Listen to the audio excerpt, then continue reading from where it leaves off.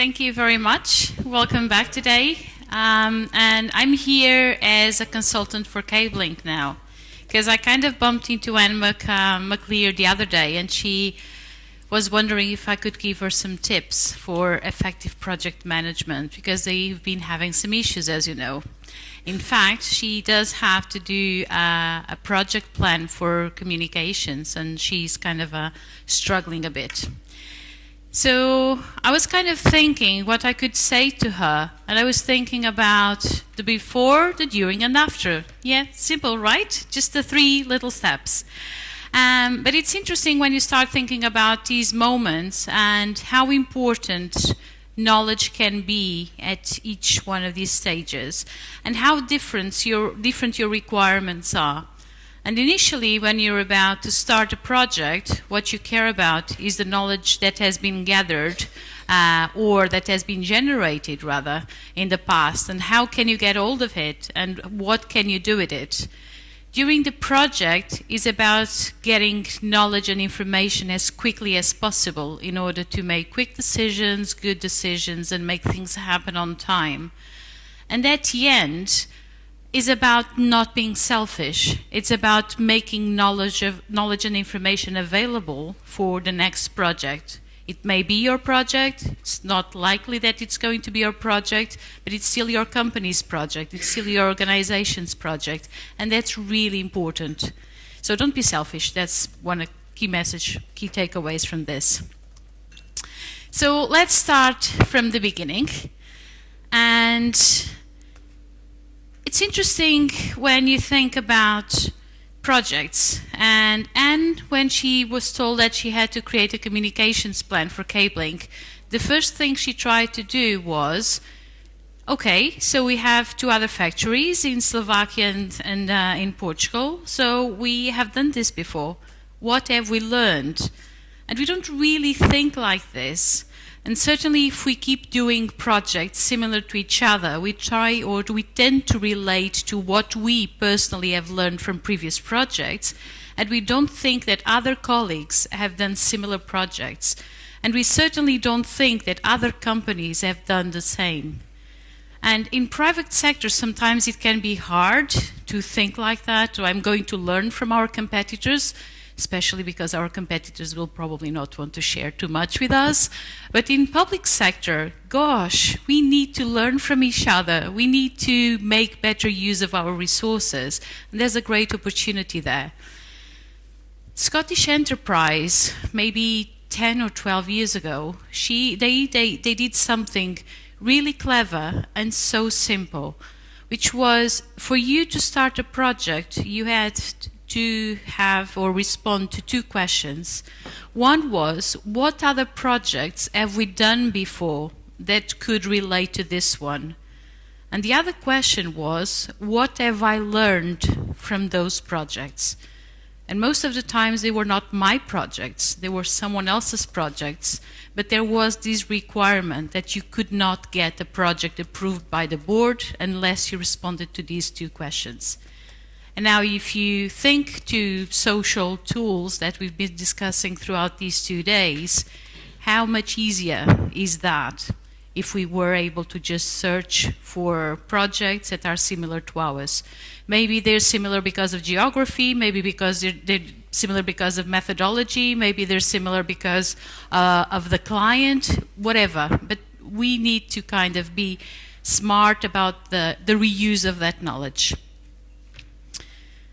The other key thing when starting a project is about building the right team. Who am I going to select? What are the best skills for my team? And how can I identify those key players within the company? And that sometimes is about picking up the phone and calling HR. But very often, the key people is not the person that HR has identified as an expert in that topic because they had a degree on something or because they did the right training. They are the key people because that's who everyone goes to when they have a question on something. And again, social tools can bring that to the surface in a second. And we've seen some tools here that do that very explicitly. But you don't really need sometimes those algorithms to do that. by just using Twitter for 2 or 3 years, I know who the experts are in the topics that matter to me, and I don't really need an algorithm to do that. When people voice what they think about a topic, when people share documents on a topic, when people respond to questions on a topic, they gain my credibility, and I know I can rely on them. So this is before. During, we have other challenges.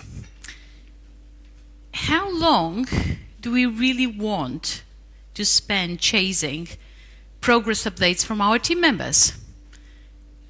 If you manage projects, you know how hard it is to, okay, we are going to have weekly updates and we need to produce a report because of standards or because it's the procedure in our company. And then you have to send an email every Wednesday saying, oh, please do remember that tomorrow is the deadline to send your weekly updates. And then people don't respond. And then they respond. And then they say, I forgot to send the attachment. And then, oh, it's the wrong update. That was last week's update. And then you spend hours doing that just because of something you have to do just for the sake of doing it. Oh no, it's because of the processes, sorry. The thing is, it's terribly frustrating and spends time that you could be and should be using for much better stuff. And again, just having some shared space. It doesn't have to be very important. In fact, there was a company, I can't remember the name, Balfour Beatty, I think it was, a construction company. Their progress update was done on a blue book that was left at a cafe shop by the building site they were working on.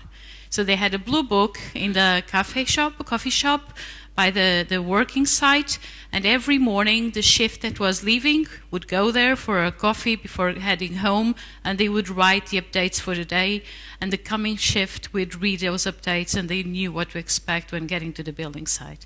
So technology sometimes is not crucial, but it can help a lot. The other thing is about work repetition. And how many times do we want to keep repeating the same mistakes to do work that had already been done? Like Anne McLear, she was ill at home, and her colleague had to redo the work she had done simply because he didn't have access to the documents she had created. And when she went back to work, she realized that not only had he wasted time doing the work, he did not do the work to the standards she wanted. So not only did she repeat the work, he didn't really do quality work. And again, that's a wasted opportunity just by not having access to the documents when they're relevant and to the people that they matter the most. And finally, for the after bit, how long do you want, or how quickly do you want to be forgotten? We don't really get high salaries anymore, do we? We work like crazy most of the time. In many organizations, you cannot even aspire to get promoted. So what keeps you going? Is it just getting bread in front of your kids? Or is it just some kind of being proud for the work you do? What drives you? And if doing quality work and if making it available to people is important to you, show it. Be proud about it. And put it in front of people who can reuse it once and twice and 3 times and make it be important for them and for the organization. So social tools are nothing but social interactions brought to the digital world. That's all they are about. Even the thumbs up on Facebook exists because we all did thumbs up before Facebook. So we're basically trying to put online how we are as human beings. So this shouldn't be too hard. We shouldn't see technology, and cabling shouldn't be reacting badly at some of the people there. John McCreasy is being really nasty about it. But it's about being ourselves. And we can aspire as individuals to be top performers. We can aspire to be recognized, because when we do things and we work out loud, what we do and how we think matters to other people, and we do stand out from the crowd, and people will recognize our work and they will recognize us for that as well. Also, Anne McClear, she was so happy because she could go home to play Lego with her son. And this is important. If we feel that we can go home and spend time with our families, that for many people is the main motivator. I was once talking with a partner in a professional services company, and when I said, okay, you're doing this knowledge management initiative, what would make it worthwhile for you? And the guy just said to me, being able to go home and spend time with my family more often. And that makes a huge difference to many people. And sometimes for senior leaders, that's what matters to them the most. The other thing is about being happy.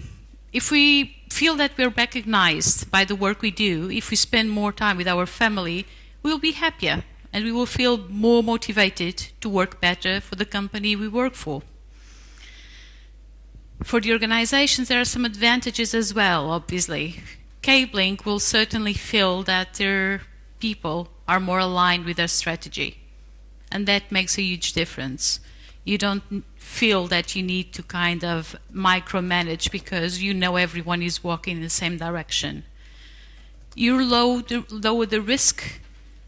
Fires may not happen as frequently, and maybe you don't have to spend time firefighting because people know about the problems ahead. Like the problem they had with the machine, maybe the machine probably would not be broken for 2 days had the factory workers been able to spread the information on time. You can also aspire to higher quality because the work you're doing today is benefiting from the learnings of yesterday. And there's a perpetuation of learning going, and you evolve and you become better. And obviously, better results. That's what we're aiming for. So these are the suggestions I have to give to cabling, and I hope they can be of use to some of you as well. Thank you.